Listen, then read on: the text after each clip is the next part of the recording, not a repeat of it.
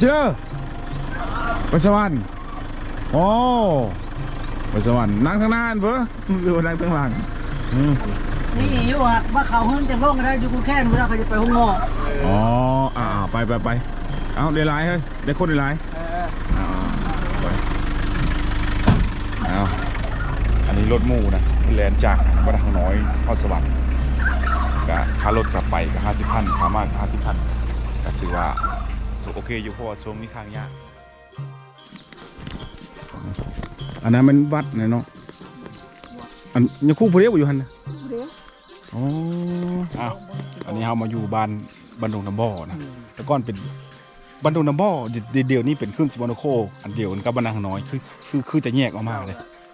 เดี๋ยวพาเลาะกันเพราะเขาไปมาประมาณ20 กว่าปีนะอันนี้เป็นเพื่อนป้านะอันนี้เป็นบ้านโบราณเลยคือจะมุ่งแป้นอันนี้ไฟฟ้าเข้าได้บ้านนี้เนาะไฟเข้าเรียบร้อยตะกี้มีมันบ่แล้วเป็นบ้านบ่อยู่บ้านนี้มีอ่ะนะบ้านโบราณนี่มีจังหลังแม่นเท่านี้บ่หลักนี้มีแต่หลังนี้บ่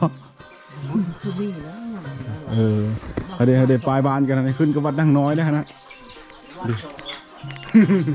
มีได้ขึ้นกับอันบ้านดงน้ำบ่อมีแม่นได้แต่มันดงมาตะเลยนี่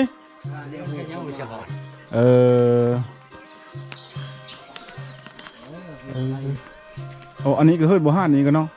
เฮิร์ดมาจดเฮิร์ดในนั่นเก่าเลยอ๋ออันนี้นี่โบราณอะไรเราคือจะมุ่งเป็น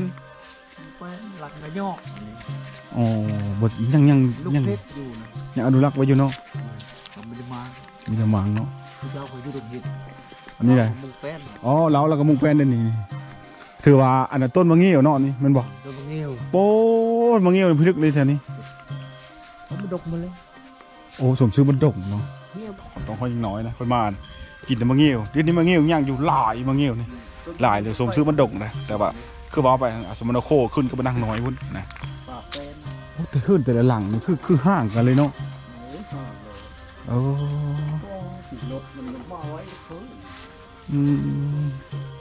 เฮ็ดเผื่อป้า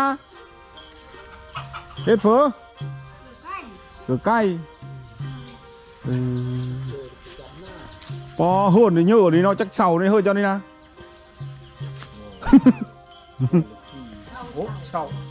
เนาะแถว46 เสา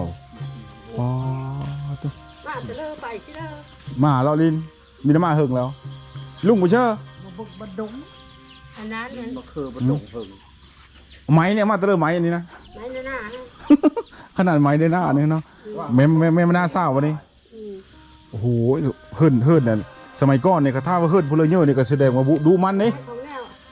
หาเลิกเอาเนาะเลยมือได้นี่ไม้คือลำบอนเลยมือนั่นเลยท่ามีกี่สูตรเลยชนรงค์เขาจะรู้นี่แหละท่ากระดองเสาดีกับท่าเอาได้ท่าในมือเป็นขวานท่าอันบ่ขวานท่าอ๋อขวานท่าเนาะแล้วเอาโป๊บเอาอ๋อกมือฮันกมือทุดเอาอ๋อบ้านบัวฮานเนาะปัจจุบันนี้มีแต่2-3 หลังเลยเนาะยังเหลือบ่4 หลังเนาะอันนี้เขาไปหน้ามาที่นี่คือเงียบอยู่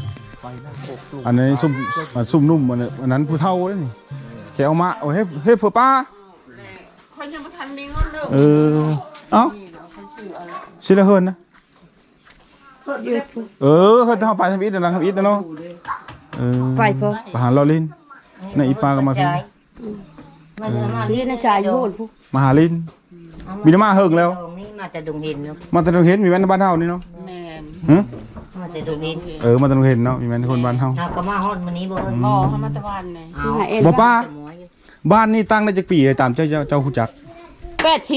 81 ปี80ปลายนะ80 ปีบ่ของบ่ชิงโบ่คือเพิ่มมาพวกออกมาก่อนมาอยู่ก่อนเพิ่มเขาอีจ่าอีพวกเชิงเก่าบ่มันอยู่ก่อนอันนี้ก็เฮิร์นสมัยเก่าเลยเฮิร์นเก่าเฮิร์นตะฟอกเด้กลิ้วอันนี้เป็นลูกเป็นเต้ามาปุ๊บแล้วเขาก็ยับอ้อเนาะเฮิร์นหะเด้อันนี้เฮิร์นจากเฮิร์นบัวฮานเฮิร์นพ่อเฮิร์นแม่ไว้ไงซะเฮิร์นผู้ไทยเขาจะเฮ็ดแบบนี้นะคือผู้ไทยเขาเนาะอาจจะเฮ็ดแบบ8 เหลี่ยมท่าออมนะท่าออมเสาตะเก้าได้ท่าเอานะ เจ้าก้ม อ้าวอันนี้เลี้ยงงูอันนี้เลี้ยงงูเลี้ยงควาย ทำแล้วเข้ามา อ้าวมัน ไม่ได้มีไปเลยเฮอเบิ้งก็เลยยางรอบานเฮอเบิ้งอันนะวันนี้บ้านอันนี้ที่ตั้งเพราะว่าจินตนาการเพิ่งประมาณ80 ปลายปีจากการตั้งบ้านหรือหลายกว่านั้นก็ประมาณนี้แหละประมาณ80 ปลายปีหรือ90 ปีนะอันนี้คิดไว้นะเพราะว่าคนที่ตั้งบ้านก็หากระต่ายนะอันนี้เป็นบ้านเดียวกับนางน้อยเศร้าไปราคาเฮิรนมีหลายนะเขาไม่ได้มาเศร้าไปปีเขาก็เลยถ่ายให้ทุกคนได้เบิ้งนะโอเคเอามือบ้านกันบ่นี้มีเพื่อนกะเบิ้งทุกคนเลยเนาะพี่น้องบ๊ายบาย